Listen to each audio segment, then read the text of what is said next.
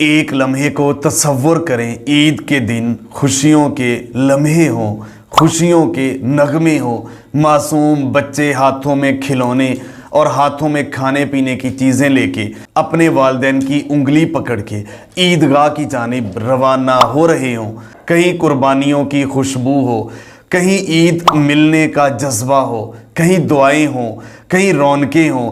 ان خوشیوں میں، ان دعاؤں میں دشمن اپنے مذموم ارادے پورے کرنے کی خواہش اور کوشش میں لگا ہوا ہے۔ ناظرین اکرام، اسرائیل نے 1967 میں تقریباً 4 اسلامی ممالک پر حملہ کیا عید والے روز۔ چونکہ عید والے روز چھٹیاں ہوتی ہیں، ایک چل پارٹی ماحول ہوتا ہے، لوگ انجوائے کر رہے ہوتے ہیں، آرمی چیف افسران بھی چھٹیوں پہ ہوتے ہیں۔ اب اسرائیل انڈیا کے ساتھ مل کے مذموم کوشش ایک اور انڈیا کرنے جا رہا ہے۔ عید الاضحیٰ کے اوپر مبینہ طور پر یہ انفارمیشن مل رہی ہے کہ پاکستانی قوم کے اوپر جنگ مسلط کرنے کی یا پاکستانی قوم کو آزمانے کی جرت اور حوصلے کا امتحان لینے کی اس خوبصورت صبح ایک مذموم اور گندی حرکت کے بارے میں سوچ رہا ہے۔ پردے کے پیچھے دشمن کی عسکری مشینری جو ہے نا، وہ حرکت میں آ چکی ہے۔ پردے کے پیچھے عام لوگوں کو ٹریننگ کروائی جا رہی ہے۔ ایک لفظ جو ہے شیلڈ کا، ایک لفظ ایک انہوں نے آپریشن کا تجویز کرنے کی بعض گشت سنائی دے رہی ہے۔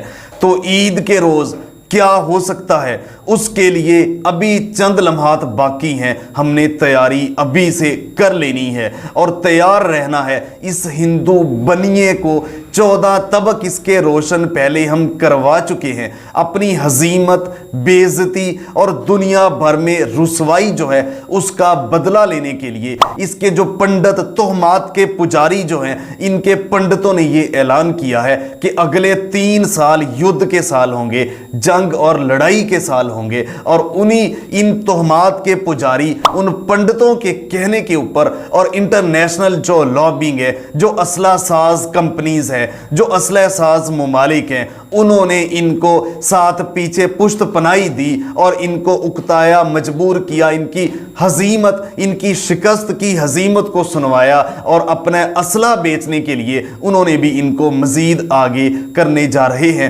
اسرائیل ہو، امریکہ ہو، اسلحے کے بھرے ہوئے جہاز لینڈ کر رہے ہیں۔ تو یہ مذموم کوشش کے لیے پلاننگ جاری ہے۔ اس کے لیے آپ لوگوں نے تیار رہنا ہے، بچوں کو بھی تیار کرنا ہے۔ پاک فوج کے شانہ بشانہ اس ہندو بنیے کے تابوت کا آخری کیل ٹھوکنے کے لیے آپ لوگوں نے تیار رہنا ہے۔ انڈیا یہ تیاری کر رہا ہے، دوسری جانب پاکستان بھی تیار بیٹھا ہے۔ اس مرتبہ روایتی فتح میزائل ہی نہیں، اس کے ساتھ شاہین اور غوری بلاک 1 اور بلاک 2 ان کے ٹارگٹ سیٹ کر دیے گئے ہیں۔ اس کے ساتھ ساتھ اس مرتبہ انڈین ڈیمز کے سپل ویز جس طرح کھولے جائیں گے، وہ بھی مکمل نقشہ، مکمل تفصیلات، مکمل ہیکنگ کر لی گئی ہے۔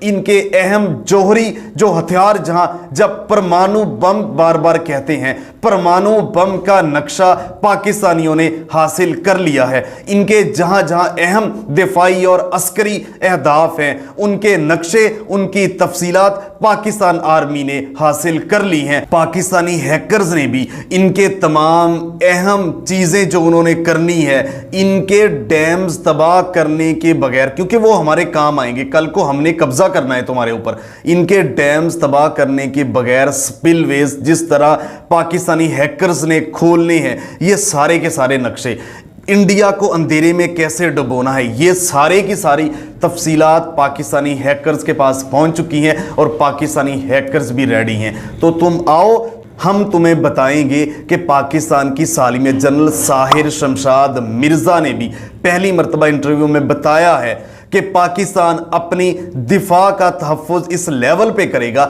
کہ دنیا یاد رکھے گی اور انڈیا کو پتہ چل جائے گا کہ کس طرح ان کو ایک کے بدلے 100 گنا تگڑا، اچھا یہ میں بتا دینا چاہتا ہوں، اب 2 گنا جواب نہیں ملے گا، 100 گنا بھاری وزنی جواب ملے گا ان کے۔ اب یہ جو جتنی بھی باڑ شاڑ ہے نا، یہ بارڈرز کی ساری پابندیاں ختم ہونے جا رہی ہیں، کشمیر کے ساتھ ساتھ انڈیا مکمل ٹوٹنے جا رہا ہے۔ بہت بڑی میں باتیں کر رہا ہوں، لیکن اگر انہوں نے یہ غلطی کی، اب یہ جو خطہ ہے یہ جنگ کی صرف لپیٹ میں نہیں آئے گا، اس کے ساتھ ساتھ بڑی بڑی طاقتوں کے بھی پاش ہونے کا وقت ہوا چاہتا ہے۔